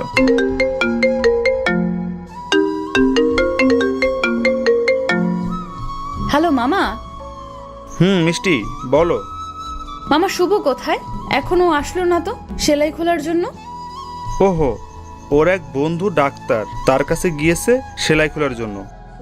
ও আচ্ছা। মিষ্টির মনটা খারাপ হয়ে গেল কথাটা শুনে। আচ্ছা, একটু বিজি আছি, পরে কথা বলবো। আচ্ছা মামা। এই বলে মামা কল কেটে দিল। আর এদিকে মিষ্টির মনটা খারাপ হয়ে গেল। দেখতে দেখতে এভাবে 3 দিন কেটে গেল। এই 3 দিন মিষ্টির সাথে দেখা কথা কিছুই হয়নি। মিষ্টি যাতে আমাকে কল না দিতে পারে এর জন্য আমি আমার ওই নাম্বারটা বন্ধ করে রেখেছি। মিষ্টি এই কয়দিন আমার সাথে কথা বলার জন্য অনেক চেষ্টা করেছে, কিন্তু আমি সুযোগ দিইনি। কিন্তু আজকে মিষ্টির বাবা মা আমাদের বাসায় এসে দাওয়াত দিয়ে গিয়েছে। আজ সন্ধ্যার পর তাদের বাসায় যেতে বলেছে সবাইকে। মিষ্টিকে বিপদ থেকে বাঁচিয়েছি এর জন্য, কিন্তু আমি মামার শামীমকে পাঠিয়েছি। আমি মামাকে বলেছি আমার পেট খারাপ, তাই যাব না। তারপর মামার শামীম গেল। শামীম যেতে চাচ্ছিল না, তাও গেল। কিন্তু আজও মিষ্টি আমাকে দেখতে না পেয়ে মামাকে জিজ্ঞেস করলো, মামা শুভ কোথায়? ওর শরীর খারাপ, তাই আসেনি। বাবা আমি যাচ্ছি। এই বলে মিষ্টি আমাকে ডাকার জন্য আমাদের রুমের দিকে আসছিল। আমি জানতাম আমাকে না দেখে মিষ্টি আসতে পারে, তাই রুম আটকিয়ে ছাদে চলে এসেছি। কিন্তু মিষ্টি দরজা আটকানো দেখে মিষ্টি খুঁজতে খুঁজতে ছাদে চলে আসলো। ছাদে এসে আমাকে দেখে পিছন থেকে বলল, কি সমস্যা আপনার? কি হয়েছে? আমি পিছনে ফিরে তাকালাম। আপনি এখানে? আমি এখানে। আগে বলুন, আপনি আমার সাথে এমন করতেছেন কেন? কি করলাম আমি? কি করছেন জানেন না? না তো, কি করেছি? আপনি ভালো করেই জানেন আমি কি নিয়ে কথা বলতেছি। আজব, সত্যি আমি বুঝছি না কিছু। আপনি আমাকে গত কয়েকদিন যাবত ইগনোর করতেছেন। আরে ভুল বুঝছেন, আমি ইগনোর করবো কেন? এই একদম মিথ্যা বলবেন না। আমি কল দিলে নাম্বার বন্ধ করে রেখে দেন। আমাকে আপনাদের বাসায় যাওয়া দেখলে আপনি বাসা থেকে পালান। এমন কেন করতেছেন? না না, ভুল বুঝছেন আপনি। আমি একটু বিজি ছিলাম, তাই আপনার সাথে দেখা করতে পারিনি, কথা বলতে পারিনি। তাই? সত্যি বলছি। তো কি নিয়ে এত বিজি ছিলেন আপনি? এই একটু কাজ নিয়ে বিজি ছিলাম। তো আপনি এখানে কেন? আমি এখানে কেন? ওহো, বুঝেছি, দাওয়াত দিয়েছেন যায়নি বলে। আসলে আমার শরীরটা ভালো নেই, তাই আর কি যায়নি। আপনি যে মিথ্যাও বলেন জানতাম না। সত্যি আমার শরীর খারাপ, মিথ্যা বলছি না। চুপ করুন, আপনার শরীর খারাপ কিনা দেখতেই পারতেছি। আসলে কোনো কথা শুনবো না আপনার আর। এখনই আপনি আমার সাথে আমাদের বাসায় যাবেন। আসুন। মিষ্টির রাগ দেখে আমি চুপচাপ বললাম, আচ্ছা চলুন। তারপর সোজা মিষ্টিদের বাসায় গেলাম। মিষ্টিদের বাসায় যাওয়ার পর তারপর আমি খাবার টেবিলে বসলাম, আর মিষ্টি আমার কাঁধের কাছে এসে দাঁড়ালো আর ইচ্ছা মতো খাবার প্লেটে দিতে লাগলো। আরে করছেন কি? আমি এত খেতে পারবো না। তা বললে তো হবে না। আপনার শরীর ভালো করে দিব খাবার খাইয়ে। মানে কি? মানে কিছুই না, সব খাবার খেতে হবে। আমি আর কিছু বললাম না। মিষ্টির রাগ দেখে চুপচাপ খেতে লাগলাম। খাবার খাওয়া শেষে আমরা যখন চলে আসছিলাম, তখন মিষ্টির সুযোগ বুঝে আমার কানের কাছে এসে বলল, নাম্বারটা যেন আজ থেকে খোলা পাই, না হলে খবর আছে। আমি কিছুই বললাম না। মিষ্টির দিকে একটু তাকিয়ে বের হয়ে আসলাম। আমার রুমে আসার পর আমি ভাবতে লাগলাম, মিষ্টি এমন করছে কেন? ও তো আমাকে ভালোবাসে না, তাহলে এমন করলো কেন? এসব ভাবতে ভাবতে মিষ্টির বলা কথাটা মনে পড়ে গেল, নাম্বার খোলা না পেলে আমার কপালে শনি আছে। তাই কিছু না ভেবে নাম্বারটা ফোনে ভরে অন করলাম। নাম্বারটা অন করার 1 মিনিটের মধ্যে 50টা SMS আসলো মিষ্টির নাম্বার থেকে। মিস কল অ্যালার্ট সার্ভিস চালু করা ছিল, তাই দেখতে পেলাম মিষ্টি আমাকে মোট 30 বার কল করেছে। আমি তো এগুলো দেখে পুরাই অবাক। মিষ্টি আমাকে কেন এত কল বা SMS দিবে? তাহলে কি মিষ্টিও আমাকে ভালোবাসে? যদি আমাকে ভালোবাসে তাহলে ওই ছেলেটিকে। তাহলে কি আমি মিষ্টিকে ভুল বুঝছি? আমার মাথায় কিছুই ঢুকছে না। আমি মনে মনে ঠিক করলাম, না, বিষয়টা নিয়ে মিষ্টির সাথে কথা বলতে হবে। আমার মন এখন বলছে হয়তো আমি মিষ্টিকে ভুল বুঝছি। এসব ভাবছিলাম বসে বসে, হঠাৎ ফোনটা বেজে উঠলো।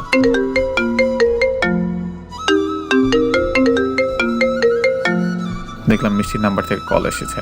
আমি কলটা রিসিভ করলাম। হ্যালো, কেমন আছেন? হ্যাঁ ভালো, আপনি? ভালো। তো SMS গুলো দেখছেন? দেখলাম। ভালো, কিছু বলবেন না? ভাবলাম ওই ছেলেটাকে নিয়ে এখনই বলি, কিন্তু সামনাসামনি বলাটা ভালো হবে, তাই ভেবে বললাম না। কি বলবো? কিছুই বলার নেই? না। ওহো, তাহলে এটি বলুন, আমাকে আপনি করে বলতেছেন কেন? আগে তো বলতেন না। এমনি বলেছি, আমি এড়িয়ে চলছি সব কথা। ও আচ্ছা, তাহলে ঘুমান, আমি রাখি। তারপর যখন মিষ্টি কলটা কাটতে যাবে, তখন আমি বলে উঠলাম, শুনুন। বলুন। কালকে বিকেলে দেখা করতে পারবেন? বাইরে কিছু কথা বলার ছিল। মিষ্টি অনেক আগ্রহ নিয়ে বলল, অবশ্যই। কোথায় কখন দেখা করবেন বলেন? তারপর আমি সময় ও জায়গা বলে কলটা কেটে দিলাম। কাল বিকেলে মিষ্টির সাথে দেখা করব, কিন্তু সকালে আমি ঘুম থেকে উঠে ছাদে চলে গেলাম হাঁটাহাঁটি করতে। শীতের সকাল 8টা বাজে। হাঁটাহাঁটি করতে করতে আমার নিচের দিকে চোখ গেল। নিচে দেখি সেদিনকার সেই ছেলেটি বাড়ির সামনে হোন্ডা নিয়ে দাঁড়িয়ে আছে। আমি ভাবতে লাগলাম, ছেলেটা এখানে কেন? ঠিক তখনই দেখলাম মিষ্টি বাসা থেকে সেজে গুজে বের হলো, আর ছেলেটার হোন্ডায় বসে কোথায় যেন গেল। এটি দেখার পর আমার মনটা সঙ্গে সঙ্গে খারাপ হয়ে গেল। মিষ্টির সাথে দেখা করার ইচ্ছাটাও মরে গেল। তাই মন খারাপ করে সারাদিন রুমে শুয়েছিলাম। কিন্তু দুপুরে বাসায় মামি আর মামাতো বোন আসলো। মামাতো বোনের নাম সুমি, আর আমি সবসময় আমার সাথে দুষ্টামি করে। আমাকে কিভাবে প্যারায় ফেলবে সেই চিন্তায় থাকে। তাই বাসায় এসেই আমাকে খুঁজতে খুঁজতে আমার রুমে চলে আসলো। ভাইয়া ভাইয়া, আমি চলে আসছি। সুমি ক্লাস 10-এ পড়ে, অনেক ফাজিল। আমার কপাল পুড়েছে। তা তো পূর্বেই। শোন, বেশি কিছু বলবো না, বিকালে ঘুরতে নিয়ে যেতে হবে। এখন ট্রাভেল করে আসছি, ক্লান্ত অনেক, এখন বিশ্রাম নিব, বিকালে ঘুরতে যাব, ঠিক আছে? অনেক ঘন পেঁচাল পারে সুমি, জেনে রাখুন। ওকে নিয়ে যাব? আমি হ্যাঁ বলে দিলাম। না বললে আমাকে কি কি বিপদে ফেলবে কে জানে। এই তো গুড বয়, আমার সোনা ভাই। এই বলে হারামিটা একটি চুন্নি মার্কে হাসি দিয়ে চলে গেল। তারপর আর কি, বিকালে সুমিকে নিয়ে বের হলাম। আর এদিকে মিষ্টি হাসপাতাল থেকে বের হয়ে আমাকে কল দিয়েই যাচ্ছে। আমি ফোন ধরছিলাম না, পাশে সুমি ছিল বলে। যখন ফোনে মিষ্টি আমাকে পেল না, তখন সে রিক্সা করে বাসার দিকে আসছিল। কিন্তু রাস্তায় মিষ্টি আমাকে আর সুমিকে রিক্সায় দেখে অবাক চোখে তাকিয়ে আছে। মামা মামা রিক্সা ঘুরান আর ওই রিক্সাটাকে ফলো করেন। মিষ্টি সঙ্গে সঙ্গে রিক্সা চালককে রিক্সা ঘুরাতে বলল। তারপর রিক্সা চালক রিক্সা ঘুরিয়ে আমার পিছু আসতে লাগলো। আর সুমিতা আমার সাথে দুষ্টুমি করছিল। এগুলো দেখে মিষ্টি রেগে আগুন হয়ে গেল, তাই বারবার কল দিচ্ছিল। আমি ধরছিলাম না। অবশেষে যখন আমরা একটি পার্কে গেলাম, পার্কে সুমি আর আমি ঘোরাঘুরি করছিলাম, তখন হঠাৎ মিষ্টি আমাদের সামনে চলে আসলো। আমি মিষ্টিকে দেখে হা করে তাকিয়ে আছি। এই আপনার বিকেলে দেখা করা? না মানে হয়েছে কি? চুপ, কোনো কথা বলবেন না। এই মেয়েটাকে? সুমি বুঝতে পারলো আমাদের মধ্যে কি সম্পর্ক, তাই সুমি আমাকে পচানোর জন্য বলল, সোনা, মেয়েটা কে গো? সুমি হঠাৎ আমার বাম হাত জড়িয়ে ধরে ঢং করে কথাটি বলল। এটি দেখে মিষ্টি আরো রেগে গেল। আমি কে? ওই আপনি বলবেন মেয়েটিকে? আমি কিছু বলার আগেই সুমি বলে উঠল, সোনা, বলে দাও তো, আমি তোমার গার্লফ্রেন্ড। আমি তো আজ শেষ। হোয়াট? গার্লফ্রেন্ড মানে? হ্যাঁ, আমি ওর গার্লফ্রেন্ড। কি গো, তুমি চুপ কেন? কিছু বলো। কি বলবে? বলার মতো কিছু আছে নাকি?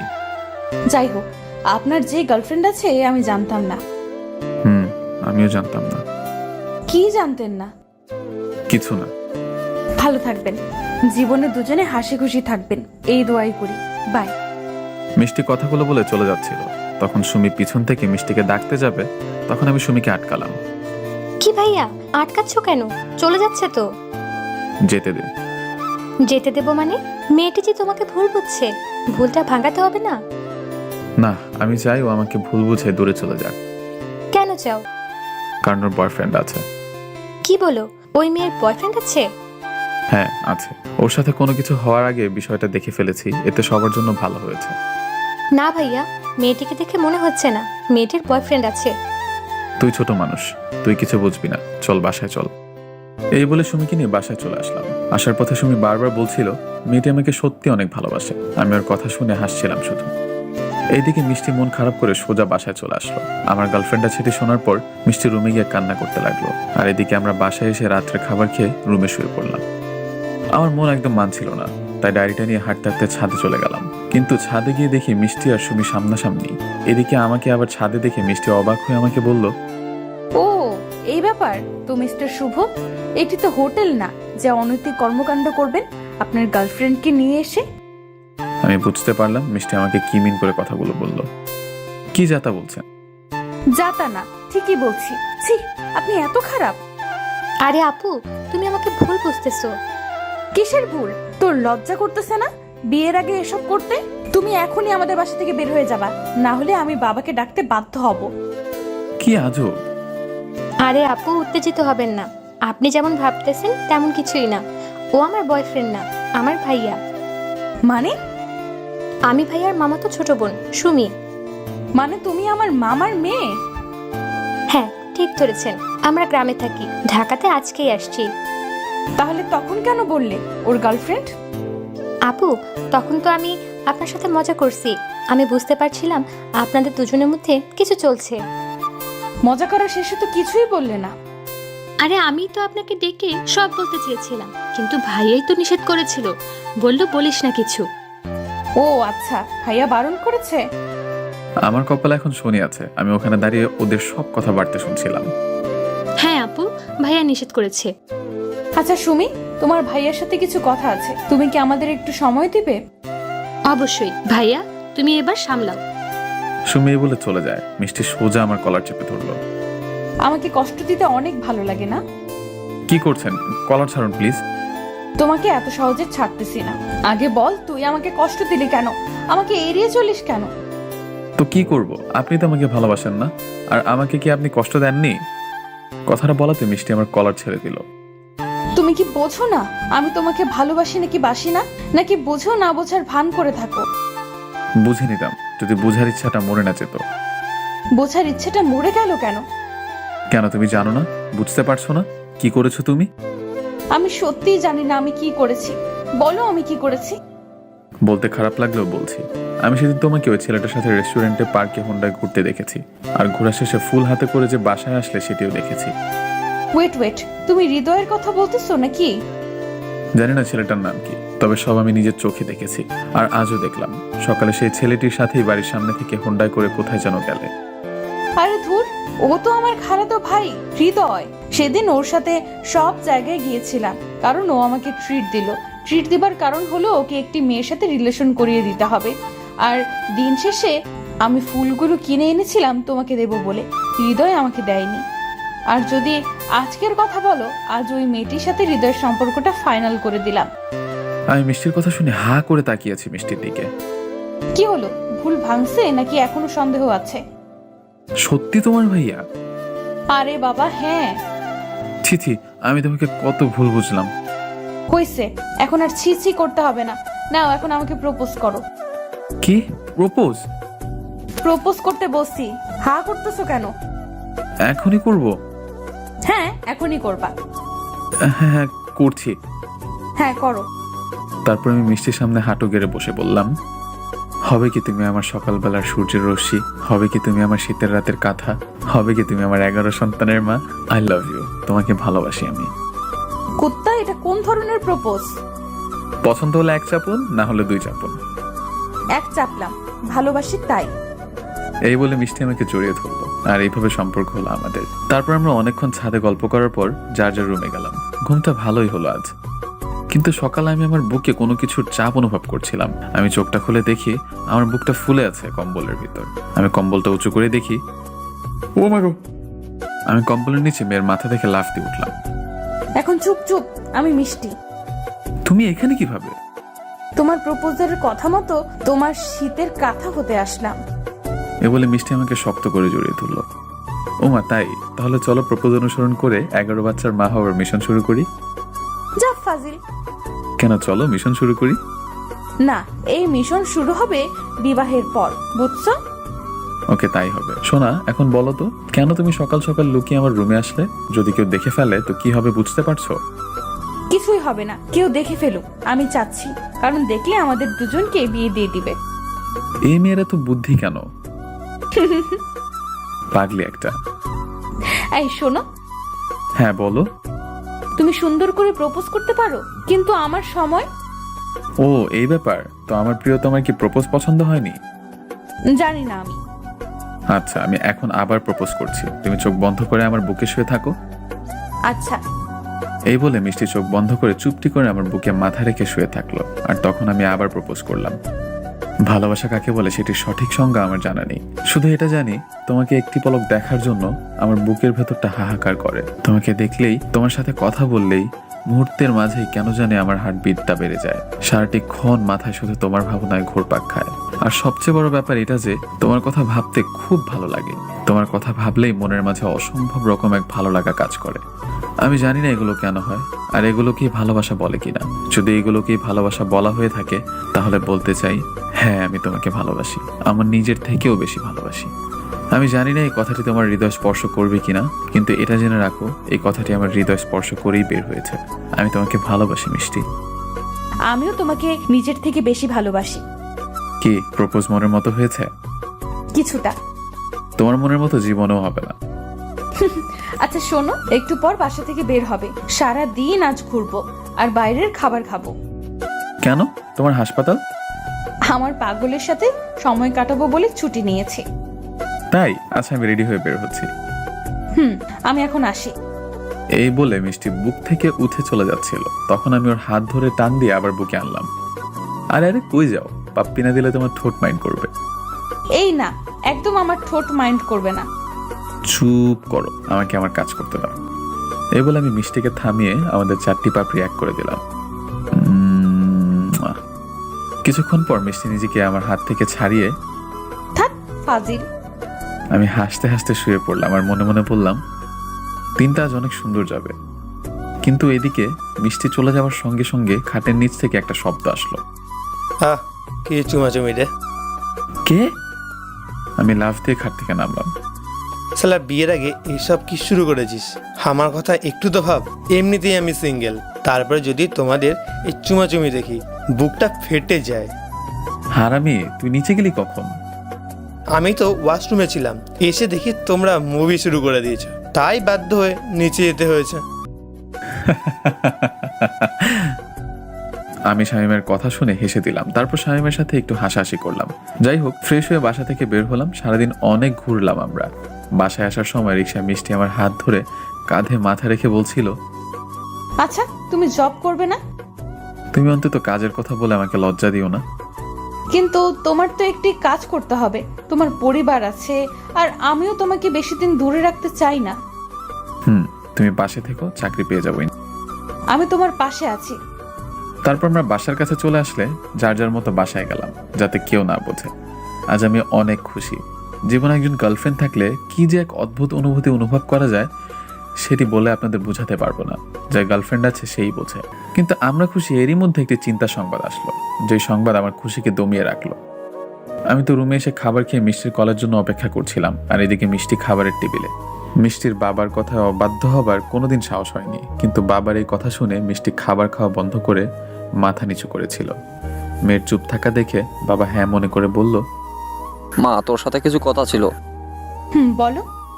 তুই তো অনেক বড় হয়ে গেছিস, তাই তোর বিয়ের কথা আমরা ভাবতেছি, তুই কি বলিস? মিষ্টি কিছু না বলে মাথা নিচু করে বসেছিল। জসিম সাহেবের ছেলের সাথে তোর বিয়ে ঠিক করেছি। মিষ্টি মাথা নিচু করে বসে আছে। ছেলেটা ইঞ্জিনিয়ার, অনেক টাকা পয়সার মালিক, তুই অনেক সুখী হবি রে মা। মিষ্টি কিছু না বলে শুধু চুপ করে বসেছিল। মিষ্টির বাবা মাই কথা বলছিল এই বিষয় নিয়ে। তারপর খাবারের টেবিল থেকে মিষ্টি উঠে এসে রুমে আসলো। তারপর রুমে দরজা আটকে আমাকে কল দিল।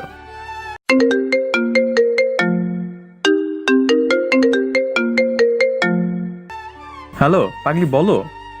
আমি অপাশ থেকে শুধু মিষ্টির কান্নার শব্দ পেলাম। এই, তোমার কি হয়েছে? আমার সাথে কেন এমনটা হয় বলতে পারো তুমি? প্লিজ কান্না করো না, বলো কি হয়েছে। আমার বিয়ে ঠিক করেছে বাসা থেকে। হোয়াট? কি বলছো তুমি? আমার মাথায় আকাশ ভেঙে পড়লো। আমি সত্যি বলছি, বাবা হঠাৎ করেই আজ বললো আমাকে। এখন কি হবে মিষ্টি? আমি কি তোমার পরিবারের সাথে আমাদের বিষয় নিয়ে কথা বলবো? সেটি করে লাভ হবে না, বাবা ওদেরকে কথা দিয়ে দিয়েছে, আর বাবা একবার কথা দিলে তারপর আর কারো কথা শুনে না। তাহলে এখন কি করবে? আমি তো তোমাকে ছাড়া থাকতে পারবো না। আমি আম্মুর সাথে কথা বলবো তোমাকে নিয়ে। আমি আসবো? না, তুমি এখন ঘুমাও, কাল সকালে কথা বলবো আম্মুর সাথে। ঘুম আসবে না সোনা। আমি রাখছি। এই বলে মিষ্টি কলটা কেটে দিল আর শুয়ে কান্না করতে লাগলো। এদিকে আমার চোখে ঘুম নেই। মিষ্টির কথা ভাবতে ভাবতে রাতটা কেটে গেল। সকালে মিষ্টি বিছানা থেকে উঠে ওর আম্মুর কাছে রান্নাঘরে চলে গেল। আম্মু। কি রে, আজ এত সকাল সকাল ঘুম থেকে উঠলে কেন? আম্মু, তোমার সাথে আমার কিছু কথা আছে। কি কথা? মিষ্টি চুপ থাক। কি রে, বল, কি বলবি? আম্মু, আমি এই বিয়েটা করতে পারবো না। কি বলতেছিস? হ্যাঁ আম্মু, আমি এই বিয়েটা করতে পারবো না। কিন্তু তুই কি বলতেছিস? তুই জানিস তোর বাবা কথা দিয়ে দিয়েছে। কিন্তু মা, আমি এই বিয়েটা করতে পারবো না। আচ্ছা, তুই কান্না করিস না, আমি তোর বাবার সাথে কথা বলতেছি। কিন্তু তুই এটা বল, কেন বিয়েটা করতে পারবি না? আমি একজনকে খুব ভালোবাসি। ভালোবাসিসলে কিভাবে তুই? তুই জানিস না আমাদের গোষ্ঠীতে এইসব প্রেম ভালোবাসার কোনো মূল্য নেই।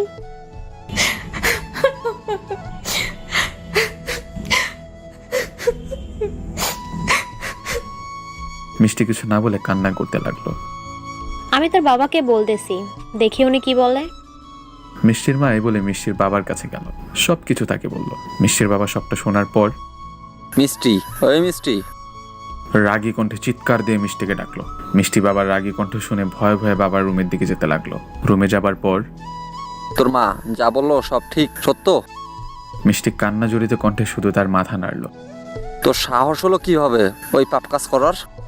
মিষ্টি আবারও কান্না জড়িত কণ্ঠে শুধু তার মাথাই নাড়ল। ছেলেটা কে? মিষ্টি মাথা নিচু করে থাকা অবস্থায় বলল, শুভ। হোয়াট? শুভ? হ্যাঁ আব্বু। কি দেখে ভালোবাসলি বেকার ছেলে? আর ছেলেটাকে ভালো ভেবেছিলাম, কিন্তু তলে তলে এত দূর। ওদের তো আমি এই বাড়ি থেকে বের করে দেব, তোর সাথে বিয়ে দেওয়া তো দূরের কথা। মিষ্টি তখন বুঝতে পারলো বাবা রেগে গিয়ে আমাদেরকে বাসা থেকে বের করে দিবে, তাই কথা ঘুরিয়ে ফেললো। বাবা, আমি শুভকে ভালোবাসি। ও আমাকে ভালোবাসে কিনা জানি না, আমি ওকে কিছুই বলিনি। মিষ্টির কথা শুনে মিষ্টির বাবার রাগ কিছুটা কমলো। ও আচ্ছা, তাহলে শুনে রাখো, ছেলেটাকে ভালোবাসো এটা বলো নাই, আর বলার দরকার নেই আমি যার সাথে বিয়ে ঠিক করেছি তাকে বিয়ে করবা, এটাই আমার শেষ কথা। মিষ্টি জানে তার বাবা মানবে না আমাকে, তাই সে কান্না করতে করতে সেখান থেকে বের হয়ে গেল। মিষ্টি তার রুমে গিয়ে দরজা বন্ধ করে কান্না করতে করতে আমাকে কল দিল।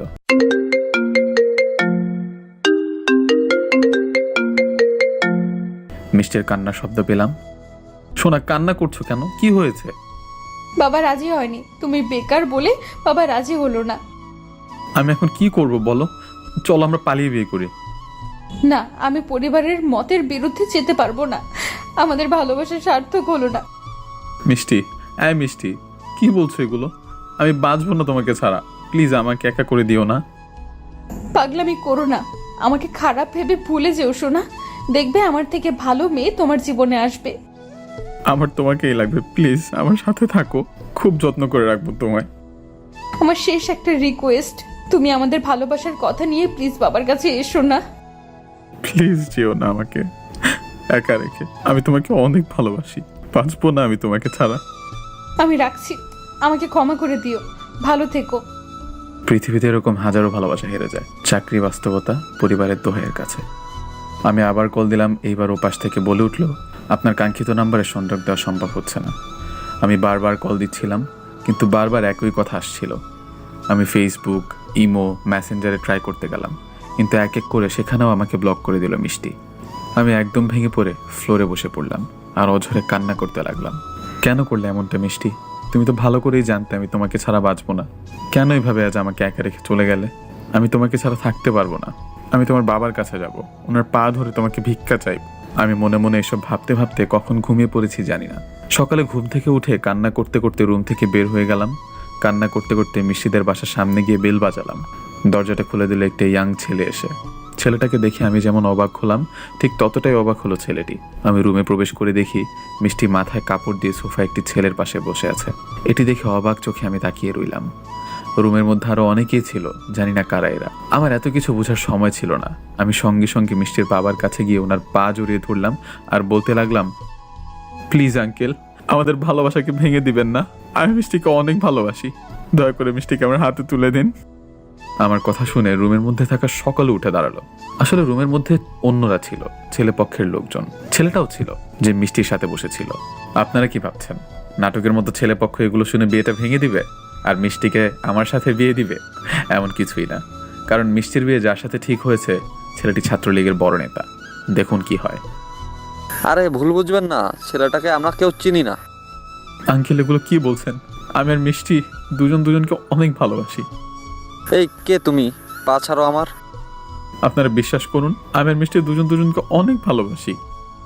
আচ্ছা, আমার মেয়ের মুখ থেকেই শুনুন। বল তুই কে এই ছেলে? চিনিস ছেলেটি যা বলতেছে সব কি সত্যি? মিষ্টি তখন অশ্রু ভেজা চোখে একবার আমার দিকে একবার পরিবারের দিকে তাকাচ্ছিল। মিষ্টি বলে দাও, আমি তোমার ভালোবাসার মানুষ। আমি মনে দৃঢ় বিশ্বাস নিয়ে দাঁড়িয়েছিলাম, কারণ আমি জানতাম মিষ্টি কি বলবে। কি রে বল? বল দ্রুত, তুই ছেলেটাকে চিনিস নাকি? তখন মিষ্টি বলে দিল, না, আমি চিনি না একে। মিষ্টির কথা শুনে অবাক চোখে আমি মিষ্টির দিকে তাকালাম। মিষ্টির কথা শুনে আমার মাথায় আকাশ ভেঙে পড়লো। আমার বুকের ভেতরটা কাঁপতে লাগলো। আমি নিজের কানকে বিশ্বাস করতে পারছিলাম না। আমার চোখ দিয়ে না চাইতে পানি ঝরতে লাগলো। শুনলেন তো আপনারা, আমরা আসলে ছেলেটাকে চিনি না। মিষ্টি, মিষ্টি, কি বললে তুমি? এটা আমাকে চেনো না? এই দেখো আমাকে, আমি শুভ, তোমার শুভ, যাকে তুমি পাগলের মতো ভালোবাসতে, যার হাতে হাত রেখে তুমি বলেছিলে কখনো তোমাকে ছেড়ে যাব না। আমি বলতে বলতে হাঁটু গেড়ে ফ্লোরে বসে পড়লাম। তখন মিষ্টির হবু হাজবেন্ড আমার কলার ধরে উঠিয়ে বলল, আঙ্কেল, এরা সমাজের বসবাসকারী খারাপ মানুষ, যারা অন্যের ভালো দেখতে পারে না, তাই বিয়ে ভাঙতে চলে এসেছে। হ্যাঁ বাবা, তুমি ঠিক বলেছো। এই প্রিয়তমা, তুমি বলে দাও না এদেরকে আমি খারাপ না, আমি তোমার পাগল। মিষ্টি তোকে কি বললো রে? তোকে তো আমরা বলবো, ওকে নিয়ে চল। তারা এসে আমাকে অপরাধীর মতো ধরে রাখলো।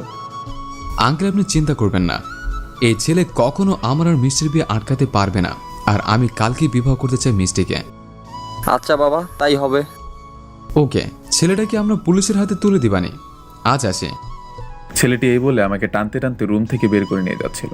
তখন আমি মিষ্টির দিকে তাকিয়ে বলতে লাগলাম, প্রিয়তমা, আমি তোমাকে তো অনেক ভালোবেসেছিলাম, তাহলে কেন এভাবে বেমানি করতে পারলে আমার সাথে? তোমাকে ভালোবাসি, ভালোবাসবো, বেসে যাব। ছেলেগুলো আমাকে টানতে টানতে গাড়িতে উঠালো। আমাকে এভাবে নিতে দেখে মামা মামি শামীম ছুটে আসলো। এইভাবে ওকে কোথায় নিয়ে যাচ্ছেন?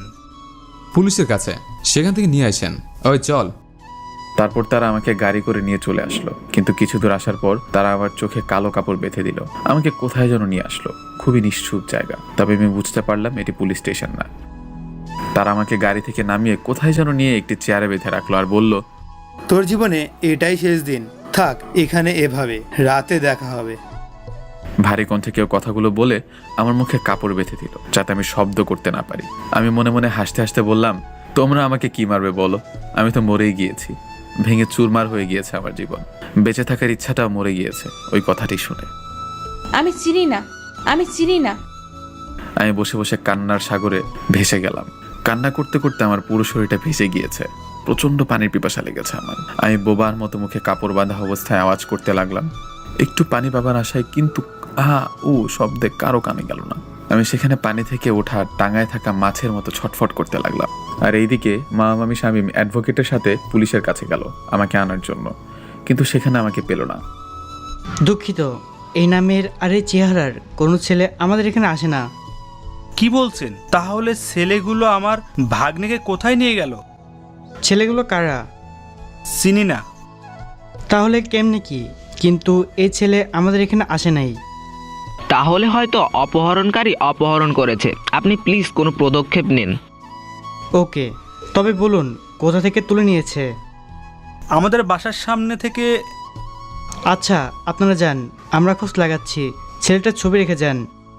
তারপর মামা মামি শামীম বের হয়ে আসলো, কিন্তু মামা পুলিশের ওপর বিশ্বাস না রেখে আমাকে খুঁজতে বের হলো। আর এদিকে মিষ্টি তার রুমে গিয়ে দরজা বন্ধ করে বিছানায় শুয়ে অঝরে কান্না করছে, কারণ সে তার পরিবারের সম্মান রক্ষা করার জন্য আজ তার ভালোবাসাকে অবিশ্বাস করেছে। কিন্তু মিষ্টি চিন্তাও করতে পারছে না কি হবে আমার সাথে।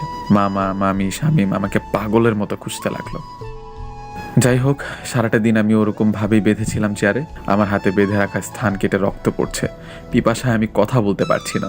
আর এদিকে সন্ধ্যার আজানের পর মিষ্টির হবু হাজবেন্ড সহ বেশ কিছু ছেলে রুমে ঢুকলো। ওই কেউ ওর বাঁধন খুলে দেয়। মিষ্টির হবু হাজবেন্ডের নাম মিলন। মিলনের কথা মতো একটি ছেলে এসে আমার মুখের বাঁধন খুলে দিল। আমি সঙ্গে সঙ্গে বলে উঠলাম, পানি পানি, কেউ আমাকে পানি দেন প্লিজ। এর দিকে পানি পিপাসা লাগছে? ভাই। কিন্তু বাছা, তোমার তো পানি মিলবে না, তোমাকে ধীরে ধীরে মেরে ফেলবো সোনা। দয়া করে একটু পানি দিন আমাকে। আমার কথা কানে না নিয়ে মিলন একটি ধারালো ছুরি নিয়ে আমার দিকে এগিয়ে আসলো। তোর কত বড় সাহস আমার হবু বউয়ের দিকে চোখ দিস? আমাকে মারবেন না প্লিজ। আমি এই কথা বলার সঙ্গে সঙ্গে ছুরিটা আমার পেটের মধ্যে সম্পূর্ণটা ঢুকিয়ে দিল। মামা গো, প্লিজ কেউ সাহায্য করুন, অনেক রক্ত পড়তেছে। মিষ্টির হবু হাজবেন্ড ছুরি নিয়ে আমার পেটের মধ্যে ঢুকিয়ে দিল। মা গো বলে আমি এক চিৎকার দিয়ে উঠলাম। শালা, আমার হবু বউয়ের সাথে প্রেম করবি? এবার ওপারে যে আফসোস করিস। আমি চোখে ঝাপসা দেখতে লাগলাম, চারপাশের সবকিছু আমার সামনে খোলা হতে লাগলো। আমি আর চিৎকার করতে পারছিলাম না। ভাই, এটাকে এখন বাইরে ফেলে দিয়ে আসি, এমনিতেই মারা যাবে, ভুঁড়ি বের হয়ে গেছে। যা, ওকে ফেলে দিয়ে আয়, মাঝরাত তো, কারো সাহায্য পাবে না। আমি নিচে পড়ে থেকে গড়াগড়ি খাচ্ছিলাম, রক্তে পুরো মেঝেটা লাল হয়ে গিয়েছে। তারপর ওরা সকলে আমাকে গাড়িতে করে মাঝরাতে এক ব্রিজের পাশে ময়লার স্তূপের মধ্যে ফেলে দিয়ে আসলো। আমি ময়লার স্তূপের মধ্যে পড়ে থেকে রাস্তার দিকে তাকিয়েছিলাম কারো আসার অপেক্ষায়। আমি সেখানে পড়ে থেকে মৃত্যুর জন্য অপেক্ষা করছিলাম। আমি শুধু ভাবছিলাম, আমি যদি মারা যাই তাহলে আমার পরিবারের কি হবে? আমি তো তাদের একমাত্র সম্বল। আর মিষ্টির বলা সেই কথাটি বারবার আমার কানে হানা দিচ্ছে। আমি চিনি না একে। আমাকে চেনে না, আমার ভালোবাসার মানুষ আজ আমাকে চেনে না। এদিকে মামা মামি শামীমের চোখে ঘুম নেই। মামা মামি শুধু ভাবছে যদি আমার কিছু হয়ে যায় তাহলে তারা কি বলবে আমার বাবা মাকে। তারা শুধু আমার চিন্তা করছে। আজ বুধবার, আগামী শুক্রবার মিষ্টির বিবাহ ওই মিলনের সাথে। মিষ্টি মন খারাপ করে বিছানায় কান্না করছিল। মিষ্টি ভাবছে একদিন না একদিন আমি ওকে ভুলে যাব। কিন্তু মিষ্টি, আমি তো তোমাকে ভুলে যাবার জন্য ভালোবাসিনি। মিষ্টি হয়তো বুঝছে না আমার সাথে কি করেছে মিলন। যাই হোক, এদিকে আমি ঝাপসা চোখে ভাঙা কণ্ঠে ধীরে ধীরে শব্দ করার চেষ্টা করছিলাম যাতে কেউ শুনতে পায়। রাত 1টা, কেউ নেই আশেপাশে। রাস্তা দিয়ে 2টা গাড়ি গিয়েছে, তারা আমাকে দেখতে পায়নি। তাই যদি আমাকে বাঁচতে হয় রাস্তার উপর যেভাবেই হোক যেতে হবে। আমার বাঁচতে ইচ্ছা করছে না, কিন্তু আমাকে বাঁচতে হবে। আমার বাবা মার জন্য, কারণ তারা আমাকে এভাবে এতটা বড় করেছে, তাদেরকে যাতে একটু সুখের মুখ দেখাতে পারি। আমাকে তো সহজে মরা যাবে না, তাই আমি শুয়ে থাকা অবস্থায় হেঁচড়ে হেঁচড়ে রাস্তার পাশে গেলাম। আমি কোনো মতে রাস্তার ধারে যাবার পর আমার চোখ দুটো বন্ধ হয়ে যায়। এর কিছুক্ষণ পর রাস্তা দিয়ে একটি প্রাইভেট কার আসছিল। প্রাইভেট কারের লোক আমাকে রাস্তার পাশে রক্তাক্ত অবস্থায় পড়ে থাকতে দেখে গাড়িটি থামিয়ে দ্রুত গাড়ি থেকে একটি মেয়ে আর একটি ছেলে নামলো। তারা আমাকে এই অবস্থায় দেখে দ্রুত তাদের গাড়িতে উঠিয়ে নিল।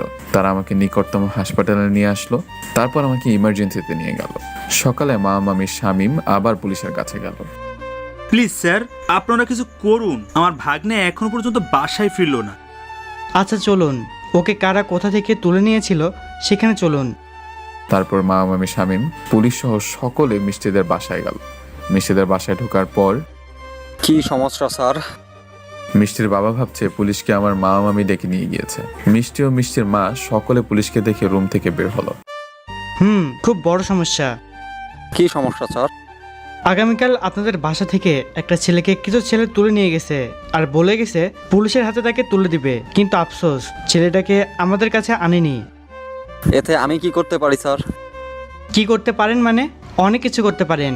আপনি বুঝতেছেন যদি ছেলেটাকে না পাওয়া যায় আপনার কি হতে পারে? ও কোথায়? ওর কি কিছু হয়েছে? আপনি কে? আমার মেয়ে স্যার। তুই চুপ থাক। আপনার মেয়ে মনে হয় অনেক কষ্টে আছে, ছেলেটাকে খুঁজে পাওয়া যাচ্ছে না বলে। তেমন কিছু না স্যার। সে যাই হোক, তো আপনি বলুন ছেলেটাকে কারা নিয়ে গিয়েছিল? তারপর মিষ্টির বাবা মিলনের কথা বলে। আচ্ছা, আবার কোনো প্রয়োজন হলে আসবো, ভালো থাকবেন। তারপর সবাই সেখান থেকে বের হয়ে আসলো। পুলিশ মামাকে বলল, আপনারা চিন্তা করবেন না, আমরা মিলন নামে ছেলেটাকে খুঁজে বের করব। পুলিশ চলে যায়। পুলিশ চলে যাওয়ার পর মিষ্টির বাবা মা মামির কাছে আসে আর বলে, আগামীকাল আমার মেয়ের বিয়ে হওয়ার পর আপনারা এই বাসা থেকে বেরিয়ে যাবেন। মামা বুঝতে পারলো অপমান করলো, কিন্তু এতে আফসোস নেই মামার। মামা শুধু আমার চিন্তায় বিভোর। আর এদিকে মিষ্টি নিজের রুমে এসে কান্না করতে লাগলো, আর আমি হাসপাতালে অপারেশন থিয়েটারে। রোগীর সাথে কে আছেন? জি ডাক্তার, বলুন। রোগীর প্রচুর রক্তক্ষরণ হয়েছে, 4 ব্যাগ রক্ত লাগবে, বি পজিটিভ। আমার রক্তের গ্রুপ বি পজিটিভ, আমার কাছ থেকে নেন, আর বাকি 3 ব্যাগ আমরা ম্যানেজ করতেছি। ওকে, আসুন। সকাল পেরিয়ে দুপুরের দিকে আমার জ্ঞান ফিরলো। তখন 1:30 বাজে। আমার জ্ঞান ফিরতেই আমি নিজেকে হাসপাতালের বেডে আবিষ্কার করলাম। আমার পাশে একটি মেয়ে বসে আছে, কিন্তু এসবে আমার মন থাকলো না। সঙ্গে সঙ্গে আমার মনে পড়লো আজ তো শুক্রবার, আমার জীবনের পথসঙ্গীর বিবাহ। আমাকে যেভাবেই হোক বিবাহটা ভাঙতে হবে, কারণ মিষ্টি শুধু আমার। আমার জ্ঞান ফিরেছে দেখে পাশে বসে থাকা মেয়েটি ডাক্তার ডাকতে গেল, কিন্তু আমি কোনো কিছু না ভেবে আমি ওভাবেই পেটে সেলাই নিয়ে কোনো মতে একটি গেঞ্জি পরে হাসপাতাল থেকে বের হয়ে গেলাম। আমি হাঁটছিলাম, মনে হচ্ছিল আমার পেটে সেলাই করা স্থান দিয়ে পেট থেকে সবকিছু বের হয়ে যাবে, কিন্তু আমার হাতে সময় নেই। যেভাবেই হোক আমাকে মিষ্টির বিবাহ ভাঙতে হবে। আমি একটি সিএনজিতে উঠলাম সোজা মিষ্টিদের বাসার সামনে যাওয়ার জন্য। আর এদিকে হাসপাতালে আমাকে না দেখতে পেয়ে ডাক্তারের মেয়েটি আমাকে খুঁজতে লাগলো। আর এদিকে মামামি শামীম আবারও পুলিশকে নিয়ে মিষ্টিদের বাসায় আসছিল।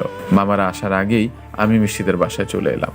গেট দিয়ে বাসার ভিতর যাবার পরই দেখতে পেলাম আমার ভালোবাসা বউ সেজে অন্য কারো সামনে বসে আছে।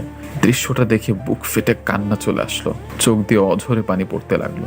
যাকে নিয়ে স্বপ্নের রাজ্যে রানী বানিয়েছি, যাকে নিয়ে বউয়ের স্বপ্ন রাঙিয়েছি, আজ সে আমার সামনে অন্য কারো পাশে বসে আছে বউ সেজে। আসলে কি পৃথিবীতে ভালোবাসা গরিবের জন্য না? আমার পেটে সেলাই করা স্থান থেকে রক্ত পড়ছিল, কারণ সিএনজিতে আসার সময় অনেক ঝাঁকি লেগেছে। রক্তে আমার প্যান্ট লাল হয়ে গিয়েছে। এদিকে বিবাহ পড়াচ্ছেন কাজী। ছেলে হয়তো কবুল বলে দিয়েছে, তাই সবাই মিষ্টিকে কবুল বলার জন্য জোর করছিল। তখন আমি ওদের কিছুটা সামনে গিয়ে বললাম, প্রিয়তমা।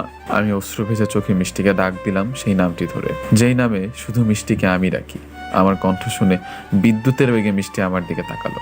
আমাকে দেখার সঙ্গে সঙ্গে সেখান থেকে উঠে আমার কাছে আসছিল, কিন্তু মিষ্টির বাবা মিষ্টির হাত ধরে আটকিয়ে দিল। এই প্রিয়তমা, তোমার জীবন তো এখানে, তুমি কার পাশে বসে আছো? আমাকে দেখে মিলন অবাক। তারপর মিলনের বন্ধু তার হাতে একটি লাঠি নিয়ে আমার কাছে আসতে লাগলো। প্রিয়তমা, আমার চোখের দিকে তাকাও। আমার ডাকে মিষ্টি আমার চোখের দিকে তাকালো। মিষ্টির চোখেও পানি আর আমার চোখেও পানি। মিষ্টি আমার চোখে তাকালে আমি বলে উঠলাম, ভালোবাসি, আমি মিষ্টিকে অনেক ভালোবাসি। এটি বলার সঙ্গে সঙ্গে মিলনের সেই বন্ধু আমার কাটা জায়গায় পেটে খুব জোরে একটি ঘুষি দিল। সঙ্গে সঙ্গে আমার পেটের সেলাই ছিঁড়ে গেল। আমি মাটিতে পড়ে গেলাম। কেউ আমাকে বাঁচাও। চিৎকার দিয়ে মাটিতে পড়ে গেলাম। মিলনের বন্ধু যে আবার আমাকে খুশি দিতে যাবে, তখনই পুলিশ সহ মামা মামি শামীম চলে আসলো। পুলিশকে দেখে মিলনের বন্ধু লাঠি ফেলে দিয়ে পালাতে যাচ্ছিল, সাথে মিলনও বিয়ে ছেড়ে পালাতে যাচ্ছিল, কিন্তু পুলিশ তাদেরকে ধরে ফেলে। আমার পেট থেকে এভাবে রক্ত পড়তে দেখে মিষ্টি ঝাড়ে দিয়ে তার হাত ছুটিয়ে কান্না করতে করতে আমার সামনে আসছিল দৌড়ে। আমি মিষ্টিকে আসতে দেখে নিচে পড়ে থেকে অশ্রু ভেজা চোখে তাকিয়ে দেখতে লাগলাম। মিষ্টি আমার কাছে এসে আমার মাথা তার কোলে নিয়ে কান্না করতে করতে বলল, এই তোমার কি হয়েছে? কিছু সময়ের জন্য আমি আমার সব যন্ত্রণা ভুলে গেলাম। মিষ্টিকে আমার পাশে দেখে এক ভালো লাগা কাজ করতে লাগলো। যাক, তাও তো এই ভালো লাগাটা নিয়ে মরতে পারবো। প্লিজ কেউ সাহায্য করুন, অনেক রক্ত পড়তেছে। আমি আমার রক্ত মাখা হাতে মিষ্টিকে স্পর্শ করলাম। আমি মিষ্টির চোখের দিকে তাকিয়ে আছি আর বললাম, মিষ্টি, আমি শুভ, চিনতে পেরেছো? তোমার ভালোবাসা, যার ভালোবাসা পাবার জন্য কত পাগলামি করেছো, আমি তোমার শুভ, চিনতে পেরেছো প্রিয়তমা? মিষ্টি কিছু না বলে কান্না করতে করতে আমার মাথা জড়িয়ে ধরে বলল, আমাকে ক্ষমা করে দাও, আমি অনেক বড় ভুল করে ফেলেছি। হাই প্রিয়তমা, কান্না করো না প্লিজ। তুমি কান্না করলে আমি মরেও শান্তি পাবো না। তুমি আমাকে চিনেছো, এখন আমি শান্তিতে মরতে পারবো। প্লিজ এসব বলো না, আপনারা কেউ প্লিজ সাহায্য করুন। আমার দিকে তাকাও, আমার সময় নেই, সবকিছু ঝাপসা হয়ে আসছে প্রিয়তমা। একসাথে করে বাঁচতে চেয়েছিলাম, কিন্তু সেটা আর হলো না। তুমি প্লিজ থামো। আমাকে বলতে দাও সোনা, আমার একটি শেষ ইচ্ছা আছে, রেখো প্লিজ। আমি ছাড়া আবার বাবা মাকে দেখার মতো কেউ নেই, তাদেরকে একটু দেখো প্লিজ। আর এখন তোমার কপালটা আমার কাছে আনবে একটু। মিষ্টি কান্না করতে করতে তার কপাল আমার মুখের সামনে এনে বলল, তোমার কিছু হবে না আমি থাকতে। আমি মিষ্টির কপালে চুমু এঁকে বললাম, ভালোবাসি, অনেক ভালোবাসি তোমাকে মিষ্টি। তারপর চিরদিনের জন্য আমার শ্বাস প্রশ্বাস বন্ধ হয়ে গেল। আমি নড়ছি না দেখে মিষ্টি বলল, শুভ, শুভ, এই শুভ, এই শোনা, কি হলো তোমার? এই তোমার প্রিয়তমা তোমাকে ডাকতেছে, এই ওঠো না, এই শুভ। মিষ্টি আমাকে জড়িয়ে ধরে কান্না করতে লাগলো। হাজার ডাকলেও তোমার শুভ আর উঠবে না মিষ্টি, আর বলতে পারবে না ভালোবাসি।